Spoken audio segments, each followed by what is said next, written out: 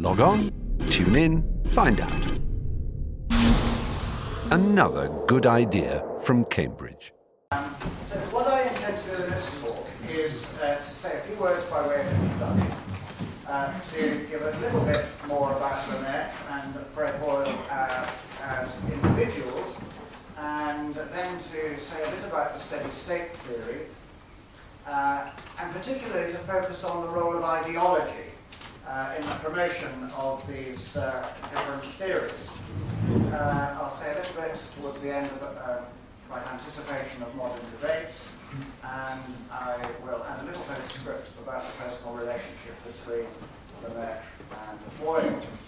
Well, in George Lemaître and Fred Hoyle, we have two characters who are so utterly different in many ways, yet shared one very significant attribute. They were both giants of 20th century cosmology and astrophysics. We've heard and will hear a great deal about Lemaître. I don't want to cover the same ground again, but there will be a little bit of overlap inevitably for what I need by way of comparison.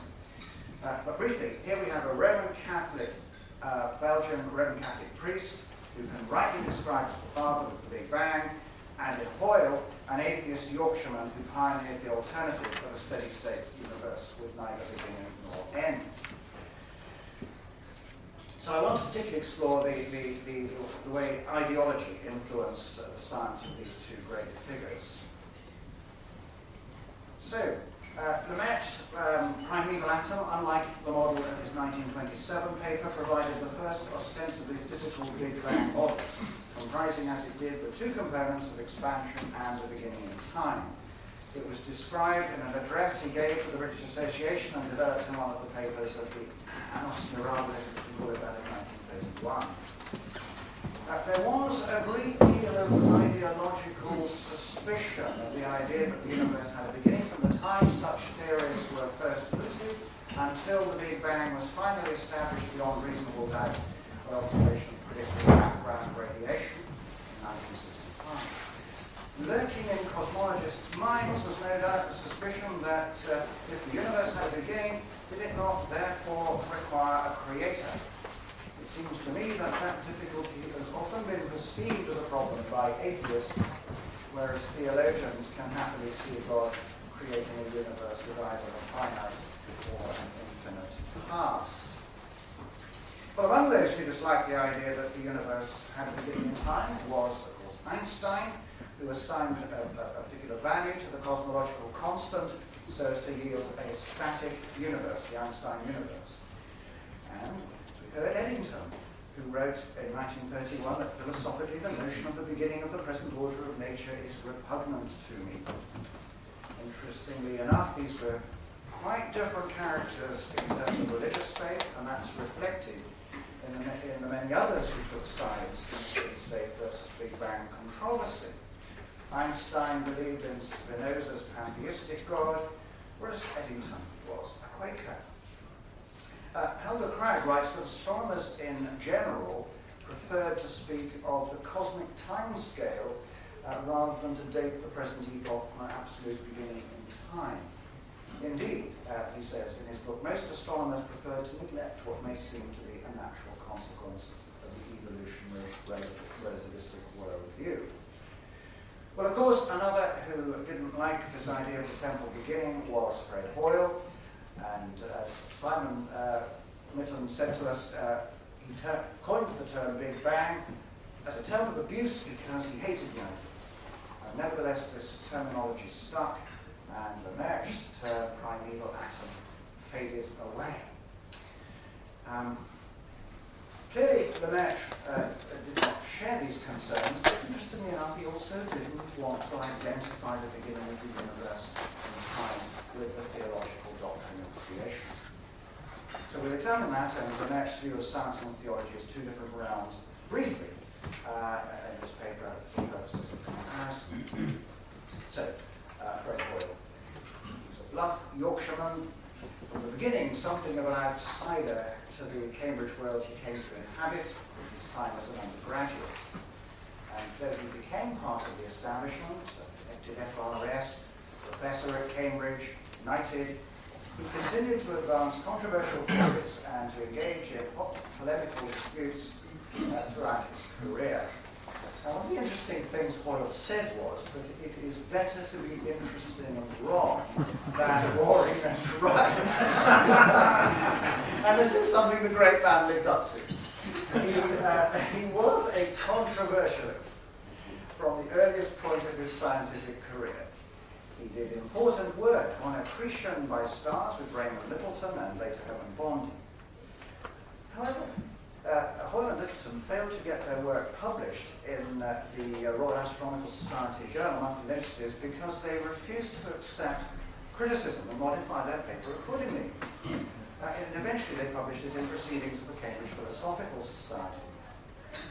And there were indeed problems with these early papers in the context in which they were conceived, though this whole topic of accretion became important many years later when it was seen to be operative in binary star systems. Papers by Hoyle and Littleton and Bondi incidentally were quoted in my own thesis, which was studying accretion in a very different context, having intergalactic gas by the galaxy. Well, that was an idea that was ahead of its time. Another controversial idea of Hoyle's was panspermia, which is the idea that life on Earth was seeded from space. It was publicized in Hoyle and Wickramer Singh's book Life Cloud, published in 1978. And along with this came the idea that disease-causing viruses were introduced from space. Hoyle and Wickramer Singh thought that Darwinian evolution alone was inadequate to account for the explanation for the explosion of speciation over the last 600 million years, unless further genetic information was seeded from space. Simon Mitten, in his excellent book, rather bluntly states they simply didn't accept Darwinian evolution. And that's borne out in Hoyle's book, The Intelligent Universe, written in 1983. There, Hoyle says, the Darwinian theory is wrong because random variations tend to worsen performance. Well, inevitably, you can see that this view didn't endear Hoyle and Wickramer Singh to the biologists who were the experts in these matters. And Hoyle and Wickramer Singh even claimed in 1985 that the intermediate fossil Archaeopteryx was a fraud. Only publishing this outlandish idea in the British Journal of Photography. Well, this was another claim that, of course, got them into deep water with the experts. Well, having said that, and perhaps being a bit flippant at Hoyle's expense, it was, of course, the steady-state theory, which both made him really well known, not least among the general public, and also which was the source of his most serious disputes within the astrophysical community. Well, by the 1940s, the evidence of the redshifts interpreted as due to the expansion of the universe seemed to indicate that some version of the Big Bang theory was correct. The Einstein static universe, eternal universe, didn't seem to reflect reality.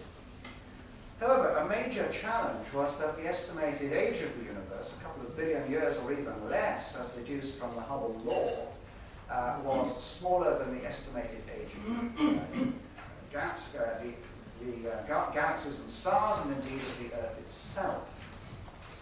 More accurate observations came much later in the late 40s and early 50s, and today we now speak of the universe as 13.7 billion years old. I think the three significant figures indicating how far cosmology has advanced as a science of measurement. Well, in 1948, however, the view there was any kind of evolution at all was challenged by a new theory which ran clean contrary to the Big Bang idea. As formulated by Herman Bondi and Thomas Gould that year, it was based on a metaphysical principle called the perfect cosmological principle. This principle amounted to the assumption that not only does the universe on the largest scale present a uniform aspect from wherever within it you look, but also from whatever time in the universe's history anyone is observing. So the universe looks the same any place, any time. always excluding local irregularities, of course. And it should be stressed that this is indeed a metaphysical principle, not an empirical scientific principle. Well, in order to account for the observed expansion, it was necessary in the steady-state theories that new matter be created in the space between the galaxies as they recede, and at just the right rate. In fact, other steady-state type creation models had arisen in the pre-war period, quite often associated, interestingly enough, with a metaphysical preference for God continuously creating rather than, as it were, winding up the universe at the beginning and letting it run down. Physicists such as Robert Millikan and others put forward such highly speculative steady-state type theories, and indeed in 1933 such ideas were endorsed from the theological perspective by W.R. Ing, the well-known Dean of St. Paul's Cathedral. However, there seems to have been an atheist agenda attached to the steady-state theory proper, put forward by Bondi and Gould and significantly Hoyle, who simultaneously came up with a rather different version of the theory. Nevertheless, the steady-state theory still attracted Christian support, most notably from the cosmologist William McCrea and from the Anglican theologian E.L. Maskell. Eric Maskell, incidentally, noted how it was entirely in keeping with the views of Aquinas. Aquinas' notion that God both brings things into existence and preserves them in existence so that, quoting from the Summa, if he withdraws his action from them, all things would be reduced to nothing. Well, again, Helga Cragg notes that it was particularly Hoyle who objected to a singular creation event, which was beyond the realm of scientific understanding. In his 1948 paper, Hoyle wrote, "For it is against the spirit of scientific inquiry to regard observable effects as arising from causes unknown to science, and this is in principle what creation in the past implies." Well, we'll hear again, and as I've already said, the Christian doctrine of creation can happily account for either type of universe. But another reason the trio rejected standard cosmology was the timescale problem, which could be solved in the Eddington Lemaître or Lemaître and other evolutionary models, but at the expense of fine-tuning the cosmological constant, which at that time was deemed to be too much of a fudge. Well, interestingly enough, Hoyle initially objected to matter creation, as suggested by Gould, and this delayed progress on the steady-state theory. After all, matter creation would constitute a violation of the law of conservation of energy. And in the event, this would mean that two versions of the theory would emerge, and both in 1948 and one authored by Hoyle and the other by Bondi and Gould. Another very significant difference within this trio was that, unlike Hoyle, Bondi and Gould regarded general relativity as suspect when extrapolated to the universe as a whole. In his version of the theory, Hoyle modified Einstein's equations of general relativity by replacing the cosmological term with a creation tensor, which did, after all, give rise to matter matter creation and violate energy conservation. The rate of creation governed by the creation tensor just matches the rate at which matter recedes across the horizon of the visible universe. But Hoyle preferred his approach rather than Bondi and Gould, who started instead from this abstract metaphysical principle, the perfect cosmological principle. For Hoyle, that principle was a consequence of his theory rather than an axiom. Now, for Bondi and Gould, however, they thought that the perfect cosmological principle was necessary in order to ensure the constancy of the laws of physics. Well, In a science and religion context, I might offer a theological principle to you, which would have done what Bondi and Gould wanted. The constancy of the laws of physics is theologically a sign of the faithfulness of God in upholding the laws with which he has endowed the universe, and a sign of God's reliability in maintaining those laws. And it speaks to us in Christian theology of the God who is not capricious but faithful. And one could say that this kind of view informed the natural philosophers of the scientific revolution, people such as Johannes Kepler, who saw himself thinking God's thoughts after him when uncovering the laws of planetary motion. No science at all is possible, of course, without some kind of assumption of this kind, that there is order, and there is law-like behavior out there to be discovered. And why that is the case is not explained by science, but is explained by theology. And of course, it's not an explanation that would appeal to the proponents of the steady-state theory. The perfect cosmological principle implies that the Hubble expansion rate we observe today is the same at all times past, present, and future. And Bondi and Gould calculated very straightforwardly and without any appeal to general relativity the rate of creation of matter required to balance the expansion. In Bondi's book, which utilizes an up-to-date figure of the Hubble constant, he gives a rate of something like the equivalent of 1 hydrogen atom per litre coming into existence every 500 billion years. Hoyle, in his 1950 radio broadcasts, had a more graphic way of picturing it as 1 atom per year in a volume equal to that encompassed by St. Paul's Cathedral. Well, clearly this rate of arrival of new matter in the universe is below any detectable threshold. Well, of course, one of the most bitter disputes in all of cosmology was occasioned by Hoyle's defense of the steady-state theory, and it involved Hoyle and the Nobel Prize-winning, future Nobel Prize-winning Cambridge astronomer Martin Ryle. And it was mainly concerned with counts of radio sources once these were established to be extragalactic. Interestingly enough, something which Ryle originally denied, but Hoyle was right about. Now, if the steady-state theory is correct, then the number of sources of a given brightness should be uniformly distributed throughout space. And there's then a simple formula, and quite easily derivable formula, for the number of sources n of brightness greater than s. So n is proportional to s to the minus 3 over 2. And therefore a plot of log n against log s should yield a straight line of slope minus 3 over 2. Well, from about 1954 onwards, Ryle sought to catalogue radio sources and to disprove the steady-state theory. Indeed, he apparently achieved results which did that, getting a slope very different from minus 3 over 2.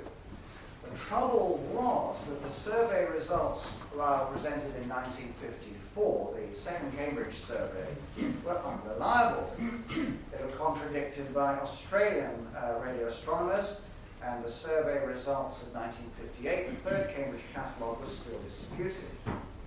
However, by 1961, further results were much more accurate, were confirmed by other observers, and did indeed seem to refute the steady-state theory. These latter results were further confirmed by the complete Cambridge 4C, fourth Cambridge survey carried out between 1958 and 1964. The steady-state advocates yes, sorry, there is a sun over there. We're working on this. Sorry, there's about 20 switches. Yeah. We might just press them randomly. Okay, but now, this fourth Cambridge survey seemed to settle it. Though the steady-state advocates stuck to their guns despite the mounting evidence, it was, of course, the observation of the microwave background in 1965 which provided the clinching evidence in favour of the Big Bang. Well, we have begun to see already that ideological factors were at work when both the Big Bang and steady state theories were developed. So we need to look at this in a little more detail. One feature which is common to many of the scientists on all sides of this debate is the search for simplicity. Lemaître, influenced by Einstein, wrote in 1922 that scientific progress is the discovery of a more and more comprehensive simplicity. Einstein himself in 1931, rejected his cosmological constant, then his earlier espousal of it, because of its ugliness and lack of simplicity. Bondian Gold appealed to the principle of simplicity to justify giving priority to the perfect cosmological principle over the principle of conservation of matter energy, which, given the non-detectability of new matter, could be regarded as only approximate. Well, the idea that the simplest of competing hypotheses is most likely to be true, I think, has been and continues to be a useful guiding principle in science. But of course, it can't be definitive. One, as Professor Cragg mentioned, however, one could regard the Bondi-Gold theory, I think, as too little driven by empirical data, indeed as possibly being rather platonic and rational in being deductive rather than inductive, and that maybe the conservation of energy and the validity of physical laws across space and time are as simple assumptions as to make as is compatible with observation and experiment. It is surely preferable to seek solutions in terms of current well-established physical theories before amending those theories or abandoning them in favour of overarching metaphysical principles. Eddington, I think, would be a scientist who, in his search for a fundamental theory, which occupied most of his life from the 1930s, was also adopting a more rational and platonic approach. Hoyle, on the other hand, I think would be a scientist, and in the majority of scientists, who downplayed grand metaphysical principles, and indeed Hoyle hardly commented on the philosophy of science at all. However, he didn't simply embrace an alternative empiricist approach, but noted, quite rightly, the interplay of theory and experiment. There are no empirical facts that are bare or uninterpreted facts. Well, Bondi shared this view, but I think, as Helga Cragg notes, he was more emphatic and provocative in claiming that errors in observation are likely to be more frequent than errors in theory, and this upset a lot of people, particularly in the US. This very much downplaying of observation in favour of theory. So, nevertheless, these views gave the steady-state cosmologists grounds for resisting the apparently falsifying data, as well as for having postulated a completely undetectable rate of creation of new matter. But of course, it's in the area of religion where there is the greatest divide. And it seems to me there are two major questions where modern cosmology and theology potentially interact. And the first relates to whether the universe had a temporal origin or not, which is the main focus of the discussion today. But as I've already said, this isn't really a problem for theology if the doctrine of creation is properly understood. But it is the case that a temporal origin is perceived to be a problem by atheists, up to and including Stephen Hawking to the present day. If we can get rid of a temporal origin of the universe, it's claimed falsely, of course, but then we can get rid of God. The second question relates to the special way in which the Big Bang and the laws of physics need to be set up in order for the universe to give rise to life, the so-called fine-tuning, and we return to this shortly. Indeed, of course, we will have a bit of focus on that tomorrow when we talk about multiverses and all those kinds of issues. Well, we've seen that Hoyle disliked the notion of an initial cause beyond the realms of science, which is what seems to be implied by the Big Bang theory. And he certainly associated the steady state with atheism. Indeed, he freely expressed an emotional preference for the steady state, even though he saw that this itself was irrelevant to its acceptance. In the last chapter of his book, The Nature of the Universe, called Man's Place in the Expanding Universe, Hoyle explains why he believes the steady-state theory to be superior to the Big Bang. There are reasons of physics, such as the timescale problem, and difficulties to deal with galaxy formation, and with either theory, one has to face the problem of creation. However, Hoyle is clear about his preference. In the older theories of all the material in the universe is supposed to have appeared at one instant of time, the whole creation process taking the form of one Big Bang. For myself, I find this idea very much queerer than continuous creation. And as Simon pointed out, this is a transcription, this book, of Hoyle's further radio broadcasts of 1950. And we have in it the recurrence of this pejorative term, Big Bang. At the end of this chapter, Hoyle adds a personal reflection, in which he writes this about religion. It seems to me that religion is but a blind attempt to find an escape from a truly dreadful situation in which we find ourselves. Here we are in this wholly fantastic universe with scarcely a clue as to whether our existence has any real significance. No wonder then that many people feel the need for some belief that gives them a sense of security, and no wonder that they become very angry with people like me who say that this security is illusory. It's no surprise that Hoyle's broadcasts gave rise to considerable controversy, and indeed his long-running dispute with Ryle began somewhere about this time. There were a number of scientists who criticized Hoyle for his too unqualified presentation of his own theory. In July 1950, the philosopher of science Herbert Dingle was allowed to say as much in a responding broadcast. The novelist Dorothy L. Sayers was also allowed to do something similar with respect to Hoyle's religious views, which had occasioned the ire of Geoffrey Fisher, Archbishop of Canterbury, among others. Further association of atheism with the steady state occurs in Hoyle's book Frontiers of Astronomy. The theory contrasts with the Big Bang, which requires the acceptance of starting conditions which we are obliged to accept as conditions arbitrarily imposed for no reason that we understand. And Hoyle goes on. This procedure is quite characteristic of the outlook of primitive peoples, who in attempting to explain the local behavior of the physical world are obliged in their ignorance of the laws of physics to have recourse to arbitrary starting conditions. These are given credence by postulating the existence of gods, gods of the sea, gods of the mountains, gods of the forest, and so forth.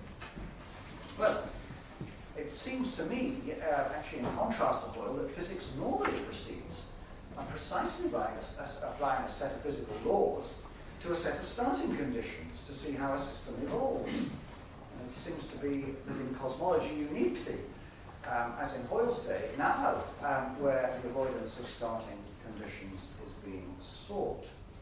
Elsewhere, Hoyle expresses what he sees as the gulf between the way science and religion work. In a lecture given in 1957 in Great St Mary's, the University Church here in Cambridge, Hoyle said this: "Religious thought is not controlled by the requirement that it must make correct predictions concerning the events that take place in the external world. It is controlled by doctrines usually laid down many centuries ago in canonical forms, in the Bible for the Christian, in the Quran for the Muslim. The existence of these written doctrines would seem to make any rooted change of outlook difficult to achieve." In similar vein, Catholicism, like communism, argues by dogma. An argument is judged right by these people, not because they judge it to be based on right premises, not because it leads to results that accord with the facts. Indeed, if the facts of the case should disagree with the dogma, then so much worse for the facts. Well, Hoyle shares with the religious person a sense of awe before the universe and the sense that there must be some deep-laid purpose there. It is the particularities of religion that he rejects. For example, miracles, which he sees as God constantly correcting his own poor handiwork when things go wrong. And in the case of Christianity, particularly such specific doctrines as the virgin birth and the deity of Christ. Indeed, Hoyle is utterly scathing about such beliefs, which amount to, he says, a denial of rational thought and contradict the very fabric of the world, thus negating the faculty which separates man from the beasts. He states, religion, if it is not to be pernicious nonsense, must be based on rational thinking. If religion were to change its dogmas in the way science does, such changes would have to be on the scale of seeing Jesus as just an exceptional man rather than God incarnate. Well, I don't think I'm alone in thinking that Hoyle's view of religion is naive in a number of ways. Religion may not be predicted in the way that science is, but there are other areas of human inquiry which are not predictive, such as ethics and history. But theology is explanatory. So what he said, scientific laws that codify the regularities normally observed in nature, but they have nothing to say about singular instances, which miracles are singular instances. And Christian doctrines, I would argue, can be seen as rationally formulated responses to historical evidence and the experience of the Church. As an example of an explanatory role for religion, the doctrine of the Imago Dei explains why the inherent logic of the human brain parallels the structure of the universe as a whole. This is something which Hoyle recognizes and alludes to, but circumvents it by identifying God with the universe. How the universe manages to create a pattern of itself inside our heads, as Hoyle believes it does, remains unclear. But for Hoyle, the universe constitutes everything that there is. The first chapter of Hoyle's book of 1977, The 10 Faces of the Universe, is called God's Universe. And in it, Hoyle launches another tirade against Christian belief. He remarks that the attributes of God, so frequently and confidently announced from the pulpit, were quite indefensible. And he lists some of them: God the Father, the family man, God the maker of all things, a craftsman or artisan, God Almighty, a war leader, God in heaven, wherever that may be. But rather than engaging with what theologians say about these things, Hoyle contents himself with saying that these are simply man-made, plainly man-made, and without meaning. Again, only equating God with the universe makes any sense to Hoyle. His solution to the Northern Ireland problem, incidentally, would be to arrest every priest and clergyman in Ireland and to commit every man Jackman to long jail sentences on the charge of causing civil war. After all, the violence is simply due to priests and clergymen instilling nonsense words and concepts into children, and different nonsense words and concepts into Roman Catholic and Protestant children. Well, despite this negativity towards religion, Hoyle does, however, recognize as significant the second area in which cosmology and religion interact, namely that concerning the fine-tuning. Thus, he notes that there are very surprising connections between the origin of life, the building up of chemical elements inside stars, and the laws of nuclear physics. These connections are either random quirks, he says, or signs of a super-intellect behind the universe. Hoyle famously predicted a resonance, an enhanced effect in the carbon atom at just the right level to ensure that carbon could be manufactured efficiently by nucleosynthesis in stars. Despite the intermediate product, beryllium, being unstable, at the same time, it turned out that there was an energy level in oxygen just below that which would make the production of oxygen resonant, and thereby turn all the carbon into oxygen. Well, it is indeed worth noting what Hoyle says more extensively on this point. In his Great St. Mary's lecture, he said this: if this were a purely scientific question, and not one that touched on the religious problem, I do not believe that any scientist who examined the evidence would fail to draw the inference that the laws of nuclear physics have been deliberately designed with regard to the consequences they produce inside the stars. If this is so, then my apparently random quirks have become part of a deep-laid scheme. If not, then we are back again to a monstrous sequence of accidents. In an article, it's a bit small, I'm afraid, but I hope you knew that. In an article of 1981, Hoyle wrote, from 1953 onwards, Fowler and I have been intrigued by the remarkable relation of the 7.65 MeV energy level in the nucleus of carbon-12 to the 7.12 MeV level in oxygen-16. If you wanted to produce carbon and oxygen in roughly equal quantities by stellar nucleosynthesis, these are just the two levels you would have to fix, and your fixing would have to be just about where these levels actually are found to be. Is that another put-up artificial job? Following the above argument, I'm inclined to think so. A common-sense interpretation of the facts suggests that a super-intellect has much with physics as well as with chemistry and biology, and that there are no blind forces worth speaking about in nature. The numbers, when calculated from the facts, seem to be so overwhelming as to put this conclusion almost beyond question. To me, it seems difficult to reconcile these remarks with the minimalist religious view expressed by Hoyle earlier, whereby God is identified with the universe. It seems to me that persons are intelligent, not the universe per se, and the Christian God, at any rate, is conceived to be personal. Hoyle's alternative to this in the intelligent universe is a considerable degree of speculation to do with backwards and forwards causation in time. He says, information comes from the future to control quantum events. And that strikes me as similar to ideas promoted by John Wheeler, observer created reality and so on. He says that information, life-bearing information, is transferred into new forms from the past to the future along, and that reminds me of some of the things that Frank Tipler has said, and results in collective immortality. And these two time flows of information are interrelated like this.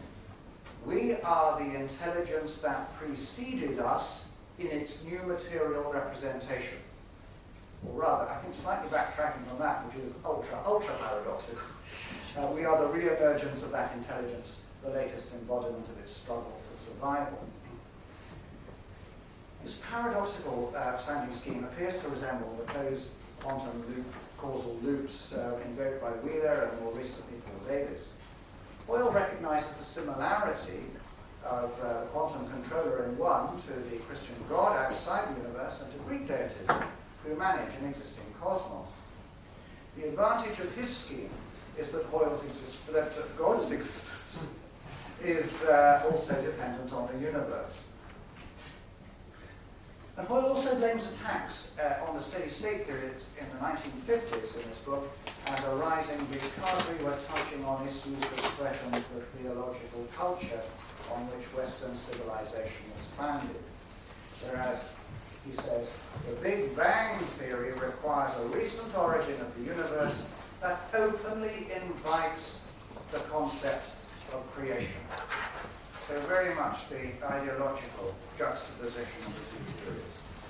Now when it comes to Lemaître, well clearly he was in the opposite camp to Bondy, Golden and Hoyle in the matter of religion. Incidentally, Bondy was chairman of the British Humanist Association, and became so, and of the Rationalist Press Association.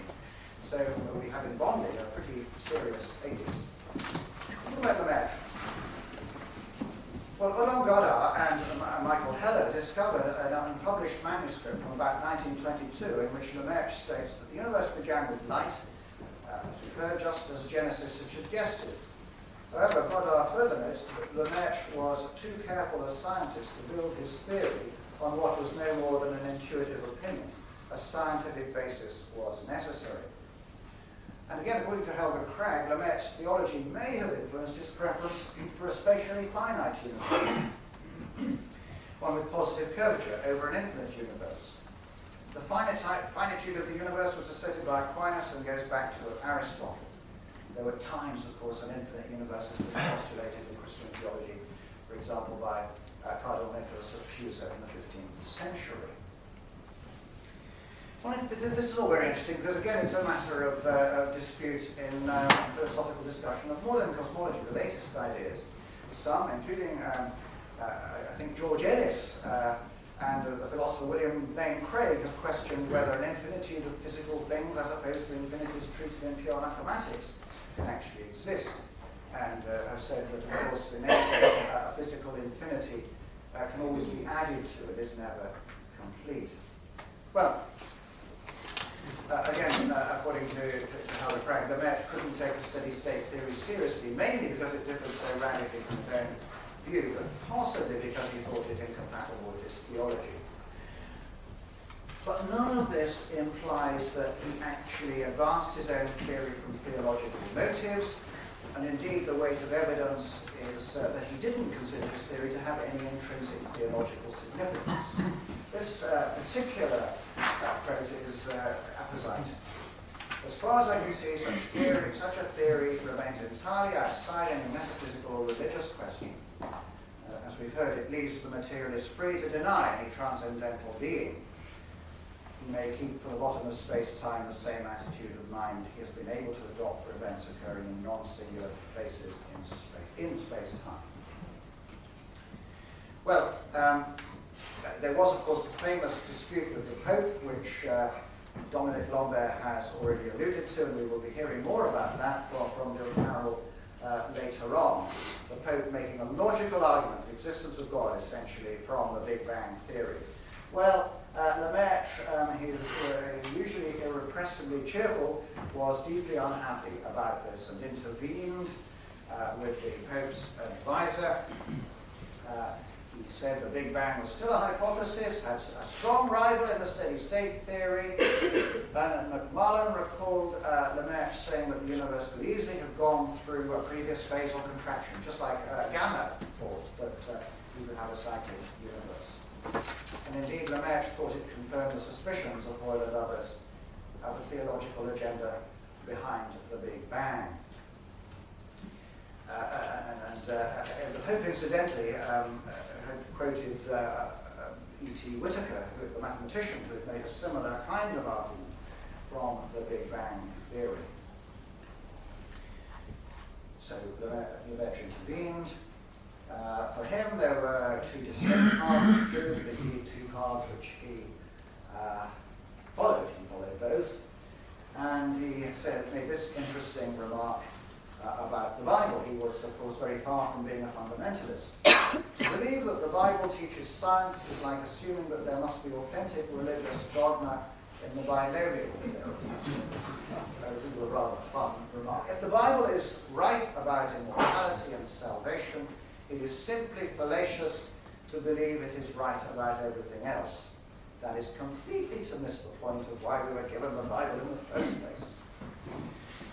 When Dirac asked Lemaître, or said to Lemaître that he thought cosmology was the branch of science closest to religion, Lemaître disagreed, saying he thought psychology was the closest. Well, when I say modern debates, I think modern things going on to do with cosmology. Lemaître's idea has been borne out by the cosmological constant discovered in the last decade or so. And much of what Hoyle did is also being anticipated in a number of different ways. Simon Mitton mentioned him as a great popularizer. There's tremendous danger to that, I think. He was a great popularizer, but made himself unpopular amongst many of his colleagues. There was a review in the Manchester Guardian of his book, Frontiers of Astronomy, which was really quite critical because, great book in many ways, but the book was being too dogmatic with regard to Hoyle's own view. Very fine, but too dogmatic. And I think that is a danger in popularization today. A danger I think I can safely say is avoided by all of the people speaking at this conference. But it is out there, I can tell you. That danger is out there. People unequivocally are promoting their own particular theory, and even however speculative. Well, one of the interesting things that Hoyle did towards the end of his life was, back in 1949, even in a radio broadcast, he made this interesting speculation about an infinite universe. And he said that there would be multiple copies of Hoyle doing a similar broadcast elsewhere in the infinite universe. Although he didn't see it, it seems to me that this idea that there are multiple copies of this lecture going on, for example, around zillions upon zillions of universes, I think that's a reason to be a bit skeptical. It's at least paradoxical, and it raises questions of human identity and free will. And if we're going back to, if I make the same, every choice I could possibly make infinitely many times in infinitely many universes, then I think that is a pretty strange thing to get your head around. It doesn't disprove it, of course. But I think metaphysically preferable and simpler from that point of view would be a unique universe. Well, here's a nice quote, I think.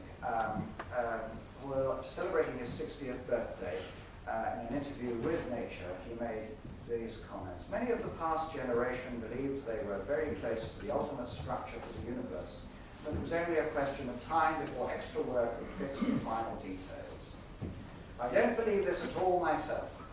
I think what we see is a tiny fragment of a much bigger structure. The big advances in astronomy come when there are big advances in physics. We shall find it difficult to arrive at a unique answer for the universe because we see only part of it. And I think that's a notably, there's a notable element of humility in that statement, which I think is a good one, which I not quite to draw an end, because I did want to just say a bit about how Hoyle and Lemaître related to a personal level. And all the evidence is that they got on extremely well. Despite fundamental disagreements over cosmology and indeed over religion, and I told you what his views of priests were. I will end with a nice anecdote given by John Farrell in his book concerning a 2-week drive that Hoyle and his wife Barbara took with Lemaître in the Italian Alps in 1957. They were dining one night, which happened to be a Friday. Hoyle ordered a steak, and Lemaître ordered fish. Hoyle's steak came. It was kind of okay, moderate size. Lemaître's fish arrived, and it was enormous. And Hoyle commented, "Now at last, George, I can see why you were a Catholic." At which Lemaître's face screwed up, and he became red-faced and peevish, as Hoyle puts it. And Hoyle was deeply puzzled. Have I committed some terrible religio-diplomatic indiscretion? Well, he realized at that point, but he just remembered that Lemaître hated fish.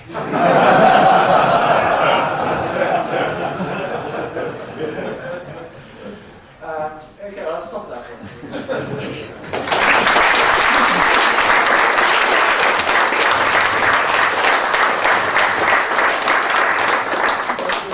Rodney. Well, that's gives lots of opportunity for questions. Rodney, in your last discussion, I think in your early discussion of Fred Hoyle, Yes. it would be appropriate to say that his greatest contribution was in nuclear synthesis, and particularly the B²FH papers, one of the really great papers of modern astrophysics. Yeah. I think they should have gone in that first discussion. You're absolutely right, and of course it comes in with the discussion of the fine-tuning. Absolutely right. This B²FH, very famous paper. It's the one that got Fowler the Nobel Prize, I think.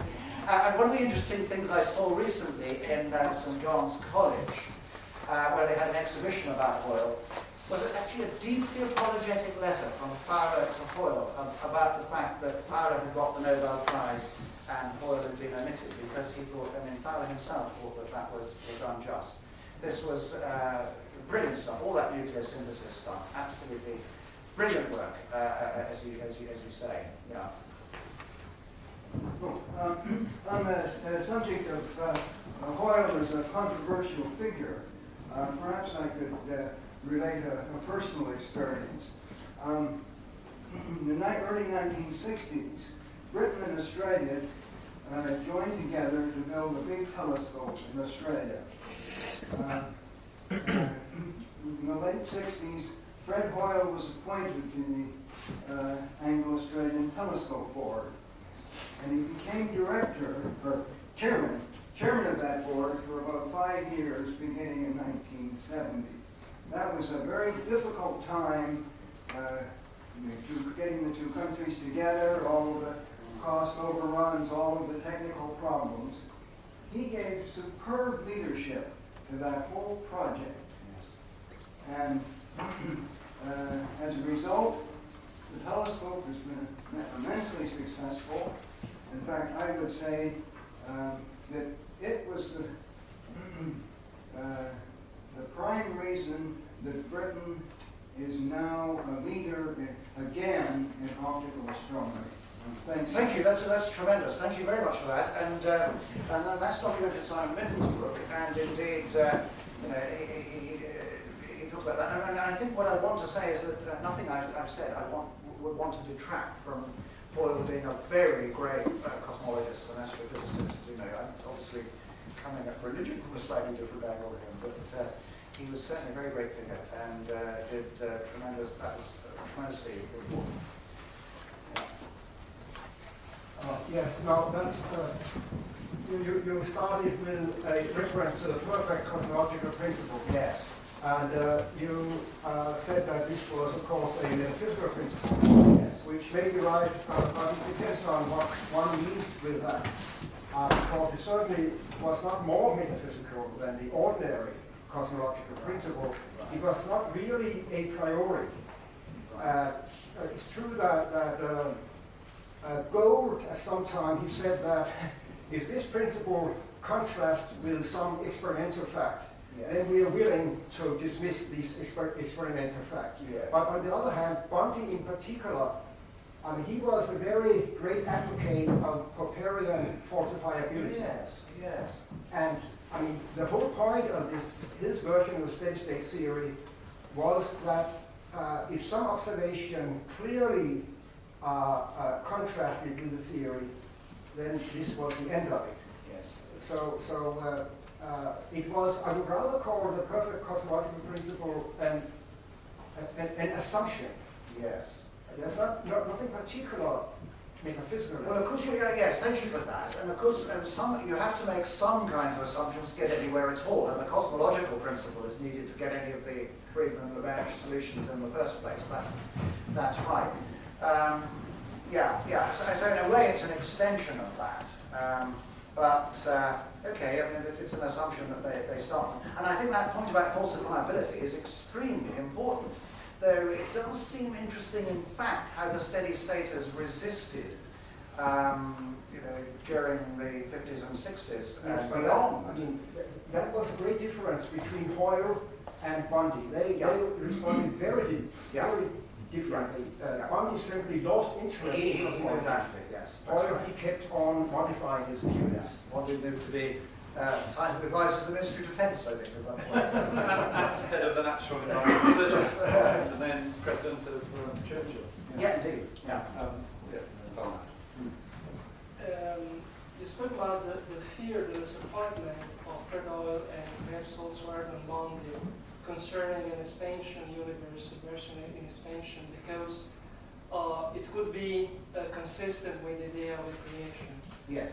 From a strictly physical point of view, of course, if you extrapolate the equations for T approaching zero, Yes. The density and temperature diverge.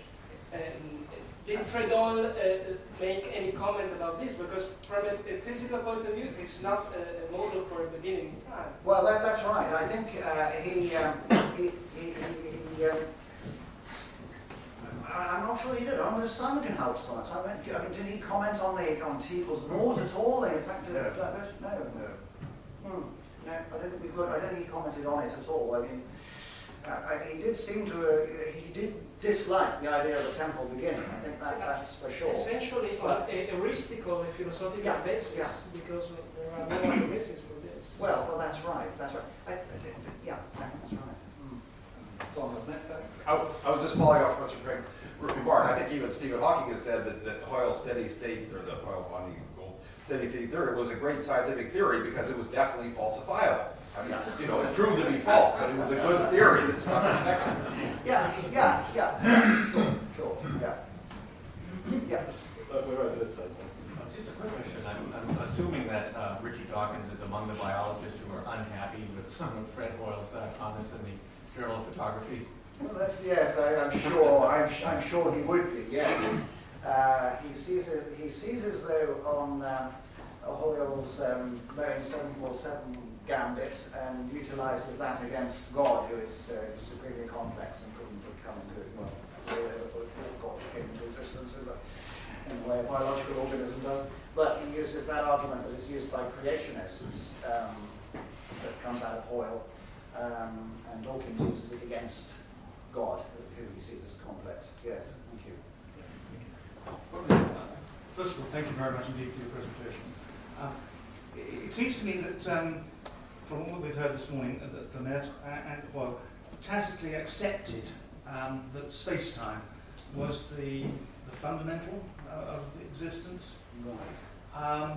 Did any of the scientists of that generation consider or speculate that it might not be, and that it might itself be an emergent property of something deeper and more But profound? space-time might have emerged from something else. Yes. Not to my knowledge, though. Other experts may. Well, they quoted Nature. They quoted Nature. He said that the universe started before space and time. So I mean, Lemaître said that. Lemaître. Yes, Lemaître himself said that. Yes, exactly. Yeah. Exactly. You That's consider right. the Yeah. space-time Yeah. physical it's very quantum. by which emerged. Yeah. Thank you. Thank you very much for that. Yes. Yes. Picking up the Dawkins thing, I mean, some of Hoyle's comments on religion sound very much like certain biologists and philosophers we might be able to name. I almost thought Hoyle was going to say the steady state theory has made it possible to be an intellectually fulfilled atheist.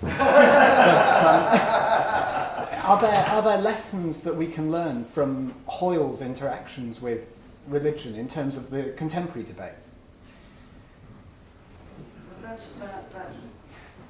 I think, well, it's very interesting. Maybe we can learn something from, the grand design, and that's been, and we'll hear more about that this afternoon, I think, with reporting his latest book, with Lenin and Rodney, and the claim that God has been done away with, and so on. And very closely linking, as did Hoyle at the temple beginning with God. I mean, that is what Hawking does, and Hawking, like Hoyle, claims that you can get rid of God if you get rid of the temple beginning. So I think there are similar things happening. They're in a different world, but there are similar things happening. Continuing the same theme, here you contrasted two great scientists, one being an atheist, one being religious, whereas in contemporary debates, let's say in this very, very popular level, atheist scientists are contrasted with religious people who aren't great scientists. And isn't that the problem that we in general have with debates? I mean, it's easy to say, oh, science works, obviously. Yeah. Well, I think there are, just today, as throughout history, there are great scientists who are religious believers, and there are great scientists who are not. In the popular mind, the atheist scientist tends to be the one who's highlighted, or science tends to be linked with atheism, and I think that's sort of deeply mistaken. I don't know how many FRSs quite I've counted up at this conference, but there are certainly a number of believers who are FRSs and are